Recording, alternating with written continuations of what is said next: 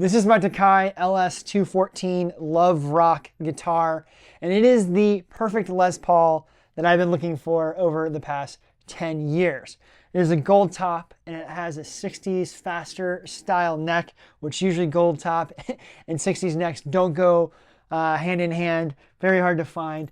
It has the proper Gibson Les Paul headstock. It doesn't say Gibson on the headstock, but the fact that it's the proper shape matters a lot more to me than what's on the headstock.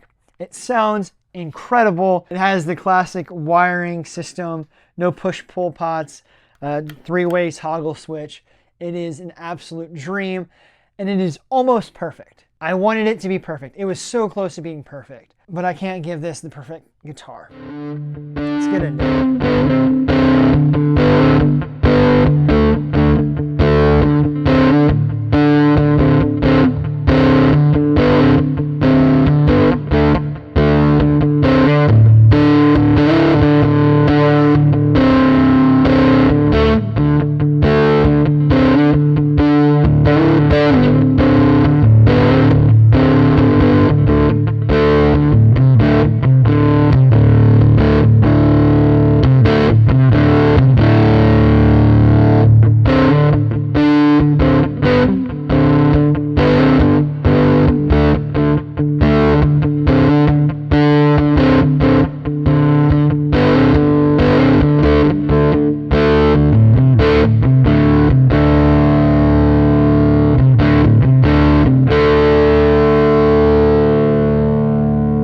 I've had my fair share of incredible instruments over my years of playing guitar, but I found that the 1,000 to 2,000 range seems to be my sweet spot, at least when it comes to instruments. I found that anything less than $1,000 has either features that I wish the more expensive models had, or they don't feel nearly as premium and kind of feels toyish in my hands.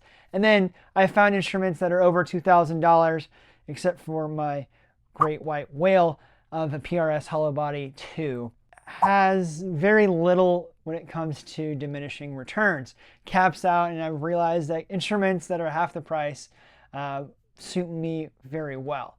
So finding a proper Les Paul is extremely hard. It's a very personable thing. If you've ever shopped for your first Les Paul, whether it's a Gibson or it's like a PRS 245, there is so much that can go wrong with the manufacturing, but there's also so much that can go right. I've played cheap Epiphones that feel and sound amazing, and I've played expensive Gibsons that sound and felt awful. And I've yet to find one that personally resonates with me through and through on all aspects of every level. I had a Epiphone Les Paul standard that was in cherry red when I was in high school. That was great. And then when I graduated college, my dad said, "Hey, I'll buy you a guitar as a graduation present." And I was like, I need my first Gibson. I want a Gibson Les Paul. And I played every Les Paul in about 4 different stores in Atlanta. And I didn't find a single one that actually felt and sounded great. Some of them felt amazing, but sounded terrible. And some of them felt awful and sounded amazing, but there's not a certain middle ground here. And at that moment, I realized maybe I'm not a Les Paul player after all. And I started playing Strats and Telecasters and got really into country music. But then the Les Paul always brings you back. You start out with Jimmy Page, Les Pauls always bring you back. And that's where this guy comes in, because not only does it feel great, but it also sounds amazing. It feels and sounds like a real Gibson Les Paul that comes from the factories in Nashville. The neck is super smooth and super comfortable to play. There's no fret sprouting at all. The frets feel nice and polished. It doesn't feel sharp. It feels like a very comfortable and actually worn in place to play. Even though the neck is very glossy, the polyurethane or whatever they call it, it does feel like, it doesn't feel like it's worn in, but it feels comfortable to play. It feels like home. And I feel like that's where Epiphone gets things wrong sometimes. Like, I've picked up Epiphones and it just feels sticky on the back and your hands kind of feel stuck. The Tokai, I mean, it feels like a Gibson Les Paul neck. And that's saying something, because I think the necks are the most important part of any guitar. So the fact that this guitar, it was sight unseen, I bought off the internet, or actually my wife bought it for me for a wedding present off the internet. The neck, as amazing as it is for a internet guitar at this price point, is an absolute bargain.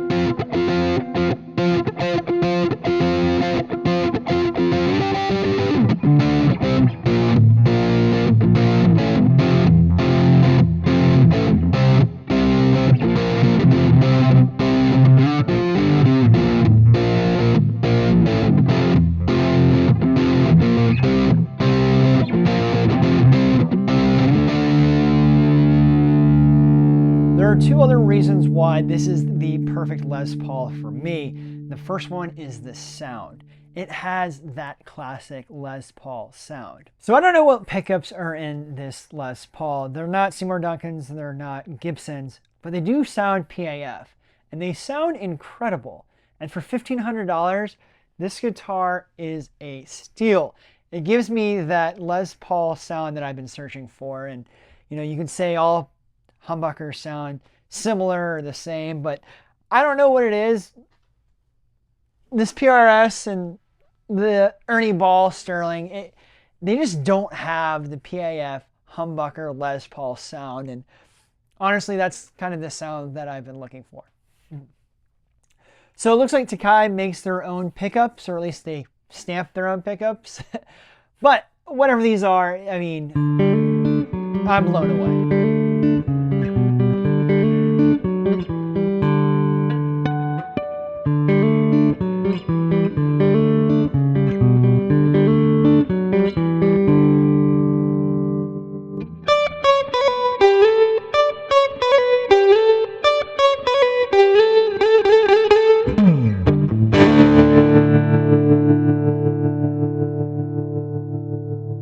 The truly amazing thing about the Tokai instruments is their craftsmanship is phenomenal.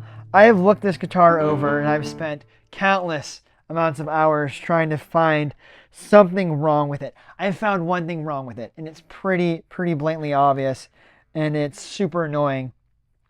But other than that, I can't find anything. The attention to detail is spectacular. The only downside, and I mean the only downside that I've come across so far, is this pickup switch. It's kind of a dud. When I got the guitar, they shipped it over the summer, and I imagine this adhesive to the poker chip. I don't know if that's normal, if it's supposed to be stuck or not. But anyways, the poker chip was kind of bent up, and I bought a new one to replace it. And when I took it off, the switch was very loose and not very sturdy. I think this might be some crappy wiring, or maybe just crappy switches. That might be how they keep these guitars so inexpensive, is cutting costs. You can clearly see it's a two-piece back. I don't even know what the cap is, what it looks like underneath the gold paint.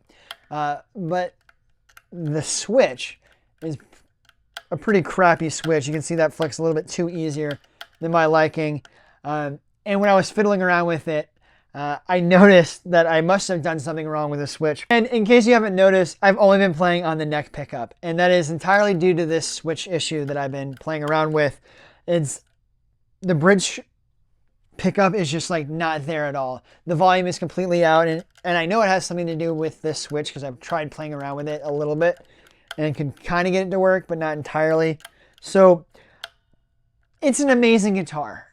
It sounds incredible. For what I'm paying, I wish that switch was better. It should be better for $1,500. But that switch is pretty easily fixed. I can fix that in a weekend, take it to a guitar store if you're not really good with soldering. But other than that, it is the perfect guitar.